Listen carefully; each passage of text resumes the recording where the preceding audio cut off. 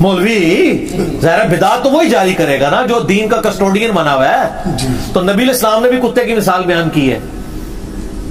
تو کتے کی وفاداری کو آپ بنیاد بنا کے رسول اللہ کے ساتھ وفاداری کے لیے اگر آپ اپنے آپ کو منسوب کرتے ہیں تو کیا مولا علی نے کبھی یہ وفاداری دکھائی ہے اس طرح کی؟ تو آپ پھر بتا دیں کہ آپ کو زیادہ وفاداری سمجھ آ گئی ہے. آپ مولا علی سے بڑھ کے عاشق رسول ہیں.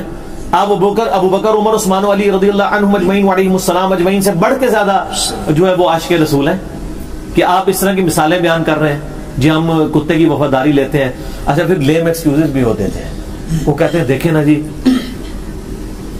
مولا علی کے بارے میں صحیح مسلم میں آتا ہے کہ انہوں نے مرہب کے خلاف ریٹس پڑھا تھا کہ میری ماں نے میرا نام حیدر رکھا ہے, میں شیر ہوں.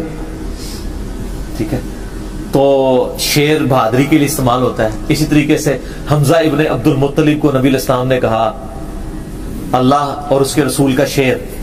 اب شیر بھی تو دیکھیں شیر کی بھی دم ہوتی ہے, اس کی بھی 4 ٹانگیں ہوتی ہیں, تو آپ شیر تو کہہ لیتے ہیں اس کو. تو وہ شیر بہادری کی علامت کے طور پہ استعمال ہوتا ہے تو شیر بھی حرام ہے.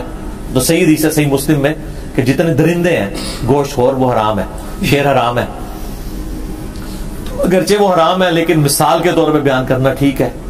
تو سر شیر کی مثال تو قرآن و حدیث سے ثابت ہے. اور میں ایک معصومانہ سا سوال کرتا ہوں, کسی کو کہا جائے شیر کا پتر تو وہ خوشی ہوتا ہے نا, اور اگر کسی کو وہ کہا جائے جس کے نام کا آپ دفاع کر رہے ہیں, آپ کو ہی کہہ دیا جائے یا آپ کے بچے کو کہہ دے کہ یہ مدینے کے کتے کا پتر ہے, تو میرا خیال آپ کو میری بات کا جواب مل جائے گا. یہ نٹوریس مثال ہے اور قرآن و حدیث میں نٹوریس مثال کے لیے استعمال ہوا ہے. کتے کی مثال نٹوریس آئی ہے. حتیٰ کہ بخاری مسلم دونوں میں حدیث ہے جس گھر میں کتا ہو یا تصویر اس میں رحمت کے فرشتے ہی داخل نہیں ہوتے. چلیں, اور صحیح مسلم میں ایک حدیث ہے کہ حضرت جبرائیل علیہ السلام نبی علیہ السلام کے پاس نہیں آئے. تو حضرت جبرائیل نے حضرت نبی صلی اللہ علیہ وسلم نے اپنی بیوی سے کہا کہ مجھ سے جبرائیل کا وعدہ تھا کہ آج اس نے آنا ہے, تو وہ نہیں آیا. میرے دل میں ایک خدشہ آیا تو میں نے دیکھا میری چارپائی کے نیچے ایک کتے کا بچہ تھا, میں نے اسے باہر نکالا, ہو سکتا ہے اس کی وجہ سے نہ وہ آیا ہو. تو اگلے دن جبرائیل علیہ السلام آئے, انہوں نے کہا یا رسول اللہ آپ کو یہ چیز معلوم ہونی چاہیے کہ ہم فرشتے ان گھروں میں داخل نہیں ہوتے جہاں پہ کتے ہوں. تو کل آپ کی چارپائی کے نیچے کتے کا بچہ تھا اس لیے میں آپ کے گھر نہیں داخل ہوا. کیونکہ اگلے زمانوں میں دروازے نہیں ہوتے تھے, صرف پردے لٹکائے جاتے تھے, تو کتے بلیاں اس طرح گھر کے اندر آ جاتی تھی. ابھی بھی گاؤں ایریا میں آ جاتی ہیں. اگر آپ کہتے ہیں نہیں آتی, آپ بھی ذرا 1-2 دن کے لیے اپنے گھر کا دروازہ کھول کے دیکھیں تو آ جاتے ہیں. پیٹس ہوتے ہیں نا. تو نبی صلی اللہ علیہ وآلہ وسلم کی چرپائی کے نیچے کتا چلا جائے, سگے مدینہ جو اوریجنل سگے مدینہ ہے, اوریجنل والا, تو وہاں پہ فرشتے داخل نہیں ہوتے. اور جو آپ کے بنائے ہوئے سگے مدینہ ہے نقلی, تو ابھی اذان مغرب شروع ہو گئی ہے. کئی باتیں میرے دماغ میں ایسے سے گھوم رہی ہیں, لیکن میں اذان مغرب کے وقفے کے بعد آپ سے ٹھیک ہو گیا. ہم اپنی گفتگو کو وہیں سے شروع کرتے ہیں جہاں پہ میں نے کنکلوڈ کیا تھا, سگے مدینہ والے ایشو پہ. جی میں عرض کر رہا تھا کہ نبی صلی اللہ علیہ وآلہ وسلم سے جو محبت کی ادائیں ہیں یہ صحابہ سے بڑھ کے کسی کو نہیں آتی. بے شک. اگر یہ اپنے آپ کو مدینے کا کتا کہلوانا, یا اس سے بھی آگے لوگ تو اب سگے غوث اعظم اور اپنے پیروں کے نام لگا کے بھی سگے ساتھ لکھتے ہیں. اب میں خود بھی لکھتا ہوں, میری پرانی ابھی بھی کتابیں موجود ہیں جس میں بڑے بڑے ساگ لکھے ہوئے ہیں. تو مت ماری ہوئی تھی, ہمیں کسی نے اس وقت سمجھایا ہی نہیں اس طرح جس طرح ہم اب آپ کو کھول کھول کے سمجھا رہے ہیں کہ خدا کے لیے عقل کے ناخن لیں اور بات کو سمجھنے کی کوشش کریں. عشق کے معیارات اللہ کے محبوب صلی اللہ علیہ وآلہ وسلم نے خود طے کر دیے. آج کے معیارات تو چھوڑ دیں, نبی علیہ السلام کے مبارک زمانے میں بھی کسی نے نبی علیہ السلام سے محبت کا اظہار کیا ہے نا, اور وہ باؤنڈریز اور لمٹ کو کراس کرتا تھا تو آپ نے اس کو بھی بین کر دیا. یہ آپ کے ویسے پنجابی کا محاورہ ہے کہ عشق دے چلے نمبر لے گئے عقل والے انجے ہی عمرہ گالیاں, کہ عشق کے جھلے نمبر لے گئے اور عقل والے تو ایسے ہی عمرے گزارتے رہے. سنن ابی داؤد میں صحیح سند سے حدیث ہے, سنن ابن ماجہ میں بھی ہے کہ ایک صحابی نے نبی علیہ السلام کو آ کے سجدہ کیا. آپ صلی اللہ علیہ وآلہ وسلم نے فرمایا سر اٹھا, یہ کیا کر رہا ہے؟ اس نے کہا کہ یا رسول اللہ میں ہیرا نامی گاؤں میں گیا تھا، کوفے کے پاس ایک شہر ہے، ایک گاؤں تھا، کوئی قصبہ تھا، وہاں میں نے دیکھا کہ لوگ اپنے سردار کو سجدہ کرتے ہیں، تو آپ تو اللہ کے رسول ہیں، تو میں آپ کو کیوں نہ سجدہ کروں؟ اجتہاد کیا، ایک صحابی کا اجتہاد ہے یہ، اور محبت بھی اس میں شامل ہے۔ نبی صلی اللہ علیہ وآلہ وسلم نے ارشاد فرمایا جب میں فوت ہو جاؤں گا اور تم میری قبر سے بھی گزرو گے، کیا تم میری قبر میں بھی سجدہ کرو گے؟ انہوں نے عرض کیا نہیں یا رسول اللہ۔ اتنا ان کو بھی پتا تھا قبر میں سجدہ نہیں ہونا۔ آپ نے فرمایا اگر سجدہ جائز سمجھتا میں تو بیوی کو کہتا کہ اپنے خامدوں کو سجدہ کریں اس حق کے سبب جو اللہ نے ان کو دیا ہے۔ تو یہ عشق کا معیار نبی علیہ السلام نے اس کو کراس کر دیا کہ سجدہ نہیں، لمٹ کراس نہیں ہوگی۔ یہ کہنا کہ محبت اور جنگ میں سب کچھ جائز ہے، یہ آپ کا ایک محاورہ ہی ہے، قرآن و سنت کے ساتھ اس کا کوئی تعلق نہیں ہے۔ اس سے بھی بڑھ کر صحیح مسلم میں ایک حدیث ہے، کتاب الجمعہ چیپٹر میں، نبی علیہ السلام کے سامنے ایک شخص کوئی تقریر کر رہا تھا صحابی، اس نے خطبے کے دوران کہا من یطع اللہ ورسولہ فقد رشد، جو اللہ اور اس کے رسول کی اطاعت کرے وہ کامیاب ہو گیا، ومن یعصہما، اور جو ان دونوں کی نافرمانی کرے فقد غوا، وہ بہک گیا۔ اس جملے میں کوئی خرابی ہے؟ نہ لٹریچر میں کوئی خرابی ہے، نہ آؤٹ آف کانٹیکسٹ ہے، لیکن نبی علیہ السلام کو غصہ آیا، بئس الخطیب انت، کتنا برا خطیب ہے تو نے یہ کیوں کہا کہ جو ان دونوں کی نافرمانی کرے؟ اس نے نہیں کہا یا رسول اللہ میں دونوں سے مراد دو خدا نہیں لیے، میں پہلے کہہ چکا ہوں کہ جو اللہ اور اس کے رسول کی کا تابع فرمان ہوا، اطاعت کی، وہ کامیاب ہوا، اور جو ان دونوں کی نافرمانی کی وہ گمراہ ہو گیا۔ تو یہ کانٹیکسٹ کے ساتھ جملہ ہے، میں نے آپ کو کوئی اللہ کے ساتھ شریک تو نہیں ٹھہرایا۔ یہ کیڑے اس دماغ میں اس زمانے میں نہیں ہوتے تھے۔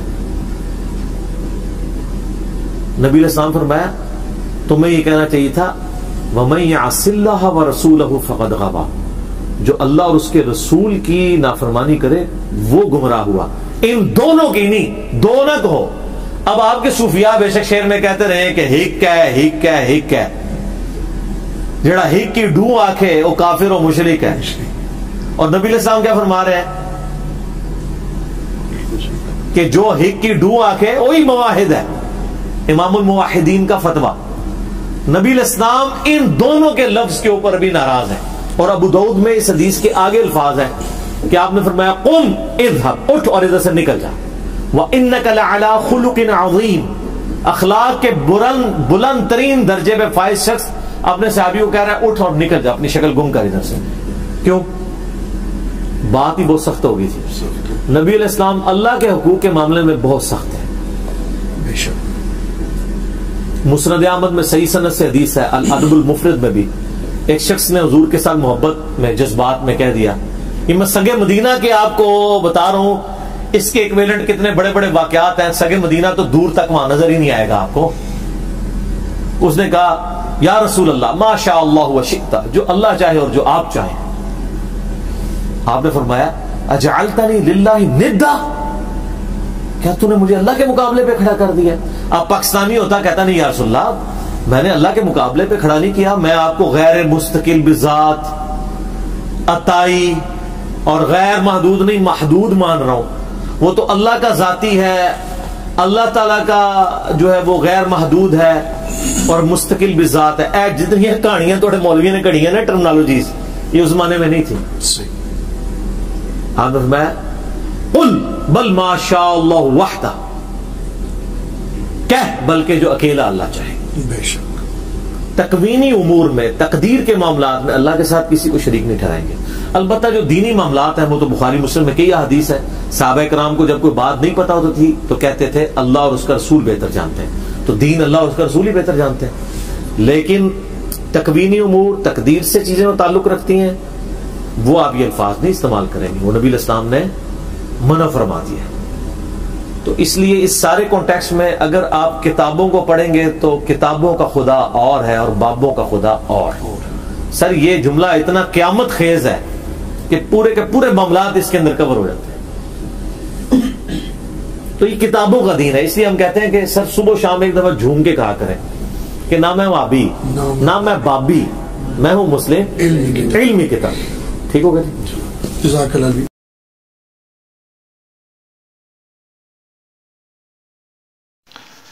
تو گائس انشاءاللہ ویڈیو آپ لوگوں کو بہت پسند آئے گا، کیونکہ اللہ اور اس کے رسول سے اگر آپ محبت کرنا چاہتا ہے تو صحیح طرح اسلام کو فالو کرو، صحیح طرح سنت پڑھو، صحیح طرح حدیث پڑھو، قرآن پڑھو، اور جتنے بھی محمد صلی اللہ علیہ وآلہ وسلم نے سنت دے رکھے ہیں ان کے پورا سنت پر عمل کرے، تب آپ رسول اکرم صلی اللہ علیہ وآلہ وسلم سے محبت کا ایک اظہار ہے۔ باقی ہم ان کے یعنی حق میں یعنی جن سے آپ محبت کرتے ہیں، جن سے آپ عشق کرتے ہیں، جن سے آپ پیار کرتے ہیں، ان کے حق میں آپ کی منہ سے اچھے اچھے کلمات نکلتے ہیں، یہی محبت کا علامت ہے۔ باقی انشاءاللہ نیکسٹ ٹائم اسی طرح کے انفارمیٹیو ویڈیو لے کے آتے رہوں گا، تب تک کے لیے اللہ نگہبان۔